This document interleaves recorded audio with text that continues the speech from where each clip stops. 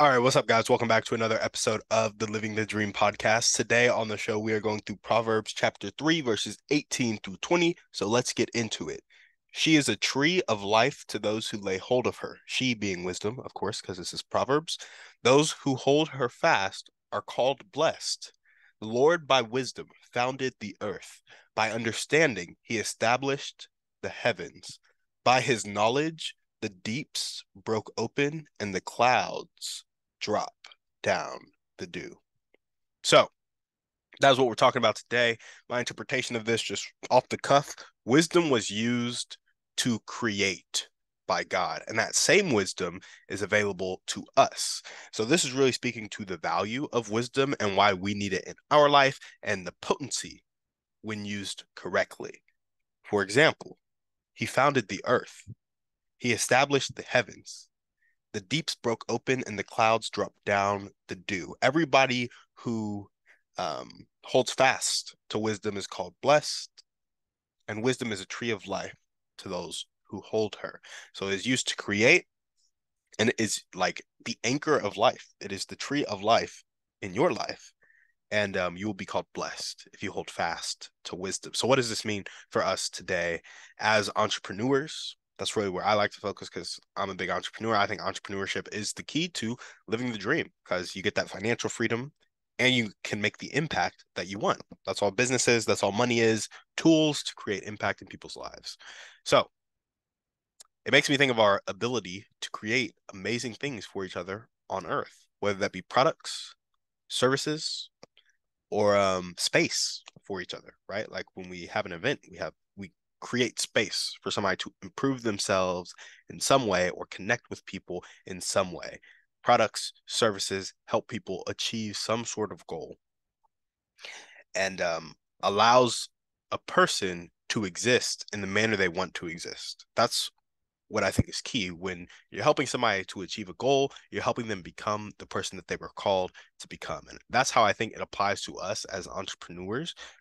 As we gain wisdom, we are able to create more amazing things, which in turn allows us to love each other better and serve each other better. That being said, where has this shown up in my life? I would say creating a podcast and a community around the podcast, even though the community is sparse right now. There are people who listen to the podcast as I post it on Instagram, as I post it on my podcasting platforms, and they really like it, right? And they have given me feedback, and I've applied that feedback. And the whole idea of the podcast was to create an amazing thing for somebody. And as I've honed down the podcast to further make it amazing so that it can help people achieve their dreams and goals better, I've asked better questions. I have been more consistent, and I've been consistent for a longer period of time. I wouldn't necessarily say more consistent, but just consistent for a longer period of time. And it can be an inspiration to others, and it is creating content that people can gather around. So now I'm thinking constantly, how can I get more people to gather around this? How can I market it? Who do I need to partner with to really get this thing going? Because the questions are potent, but if nobody knows what the questions are and nobody answers them and applies them to their own life, it's kind of worthless. So how can I go about getting people in front of these questions, helping them interact with others, and helping them apply it to their life? So that's the question I'm trying to answer now. And that's outside of just the podcast. That's outside of just social media marketing. I've been thinking of ways to run an event basically where I have people ask each other the questions. And it's really fun to think about, to be honest. So stay tuned for that event. It'll probably be in the Austin area. So if you're not in the Austin area, hey, that is what that is. But maybe we'll have an event near you soon. So that's where it has shown up in my life, just starting to make this podcast. It was a series of questions designed to do an amazing thing, which is help people towards their dreams and goals. And as I learned how to better get towards your dreams and goals, I got better at asking questions and got better at following up with people and got better at designing events to help people do this. And all of this basically comes from Alex Hormozy. Like that's the way I've been developing the most right now. And yeah, I just really like that. And then my life as it is today is also where this has shown up in my life. And this is an interesting one because where the podcast and the community is a more positive, right? It's more focused on, hey, I want to help people achieve their dreams and goals. This is my calling. I'm walking forward in that. My life as it is today, by and large, especially the financial situation, isn't what I envision it being, but that also comes from wisdom and our ability to create things for each other on earth as entrepreneurs. Let me explain. The law of attraction, the movie The Secret, all of this stuff, it may be kind of woo woo. You may not like it, but what you think about is what happens. And I want to bring up the point that our thoughts are actual energy. Like you can have a thought and change your emotion, and then your emotion being changed will shift your action, which will then shift your results. So if you can control your thoughts, it's better to influence, you can better influence your emotions, which means you can change your actions, which means you can get different results. And something that's interesting is that our thoughts actually emit energy, both in our body and outside of our body. And this is like documented in things such as Thinking Grow Rich. Bob Proctor talks a lot about this. The Secret talks a lot about this. So I'm not saying I'm going to give you a masterclass right now. I think I've done some other podcasts on the law of attraction, but what I'm saying is what you think about and what you focus on grows. And so a lot of people will focus on scarcity, what they don't have, how they can't do it, and then they never do it. They never have, and they live in scarcity. Other people will focus on wealth, abundance, how they can do it, who they can meet, all this stuff. And then stuff starts happening in their life because their reticular activating system is primed to notice the things that will help them versus hurt them. When you're always thinking about what will hurt you, you only notice the things that will hurt you. When you're only thinking about what will help you, you only notice the things that will help you. And that is really interesting to think about because when I'm thinking about my life as it is today, for the majority of my life, I've thought about being broke. I've feared being broke. And I thought about just the struggle that I was in, the struggle that my family was in, instead of the future, the vision, what it could be, how we can get to what it could be, right?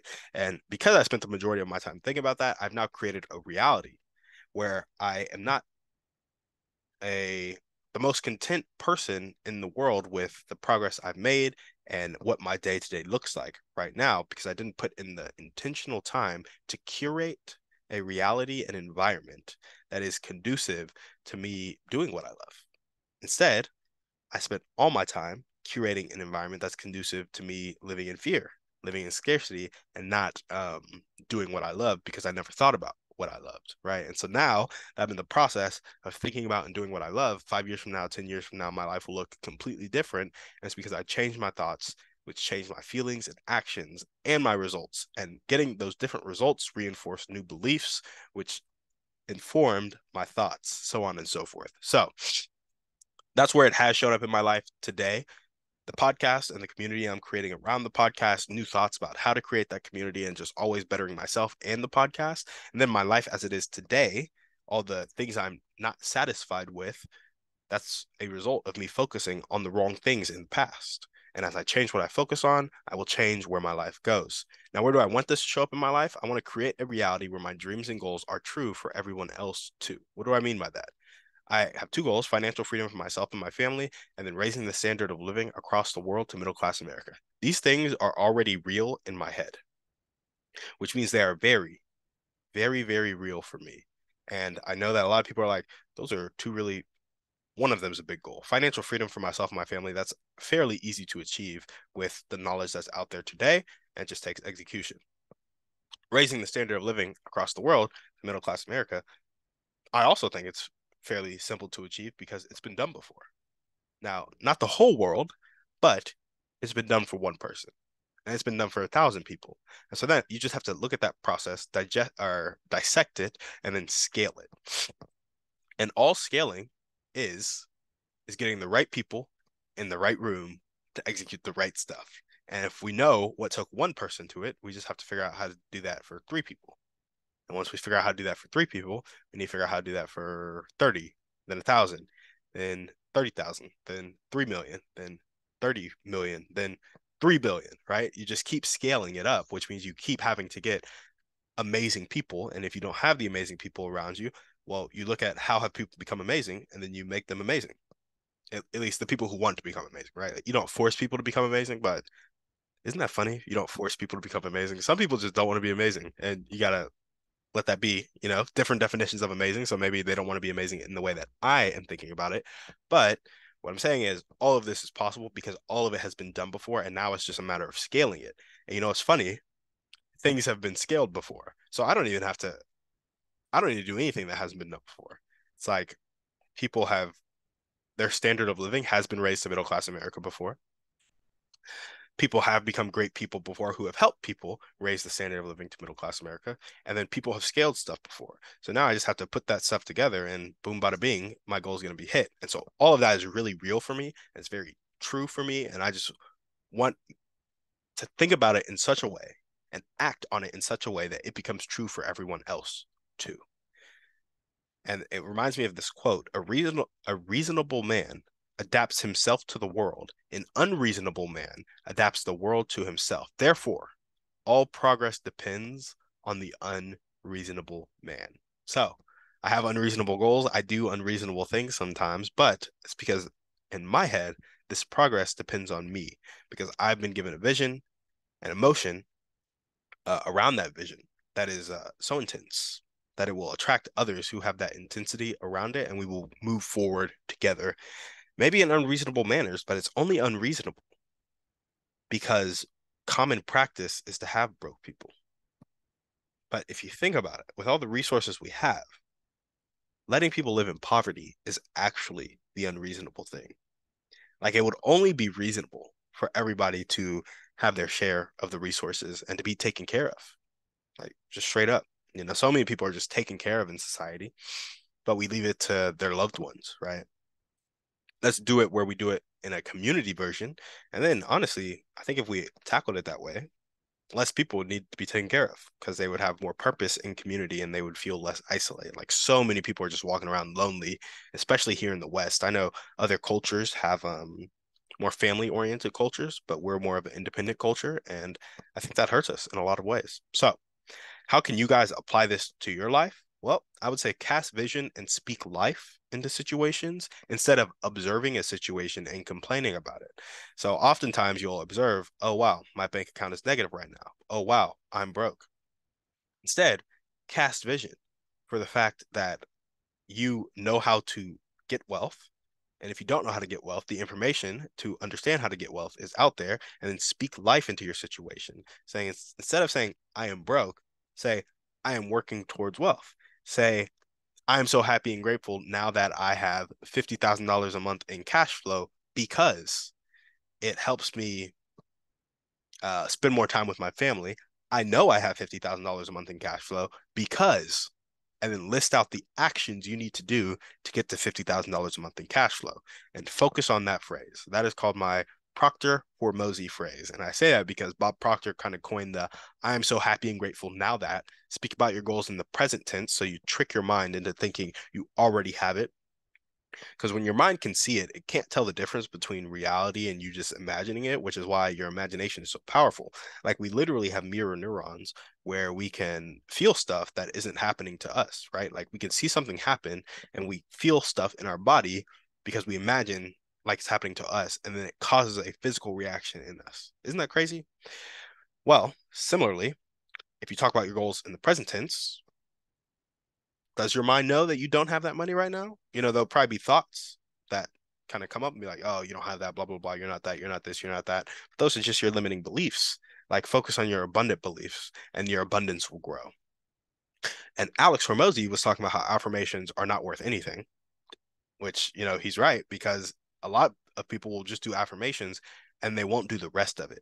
Like you can change your thoughts, but if you don't change your actions, you won't change your results. And if you don't change your results, your beliefs won't be reinforced. And if your beliefs aren't reinforced, your thoughts won't change. And then it's hard to change that emotion around stuff. So, in addition to Bob Proctor's phrase, I am so happy and grateful now that insert goal.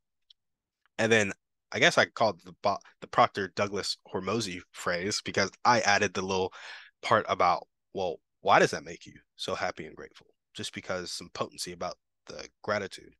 I'm so happy and grateful now that insert goal because it allows me to achieve core value. Like, what does it allow you to do that you really want to do? Help somebody in need or love your family more or have time freedom. Like, you want that for a reason. Just make sure you know that reason and you put it in there, and then say, I'm so happy and grateful now that insert goal, insert why, and then insert actions that you need to kind of achieve that goal, right? And that's the affirmation you guys need to be focused on. That's the affirmation that will allow you to cast vision and speak life into a situation, as opposed to observing something and complaining about it. Anytime you see a recurring situation that you're complaining about, just write this phrase. But here's the catch: only focus on one of them at a time. I did it where I read out probably 5 pages of it. It took me 10 minutes to read the whole thing. And then I was listening to the whole thing. I was like, I don't even want to listen to this. It takes too long. And maybe that's a factor of us being who we are right now with our short attention span. But if you focus on one, you'll be able to memorize it, you'll be able to know it, and you'll be able to call on it at all times. I'm so happy and grateful now that I make $50,000 a month because it allows me to spend more time with my family. I know that I make $50,000 a month because I send out 200 cold DMs per day selling a 2,000 ticket offer on Focus. There you go. And, then the 200 DMs get 10 sales every 2 weeks. And you're making $40,000 a month. And then you have affiliate offers for the 10,000. Just write that out so you have the plan and make the plan as simple as possible. So then you have to ask yourself, what one activity can make me $50,000 a month? And then you write that as the action. Don't write out a whole list of actions. Just get it down to one, maybe two. That really, really simple things so that everything's simple, everything's streamlined in your mind. That's how you guys can apply it to your life. Thank you so much for listening, and we will see you on the next one. And on that note, we're out.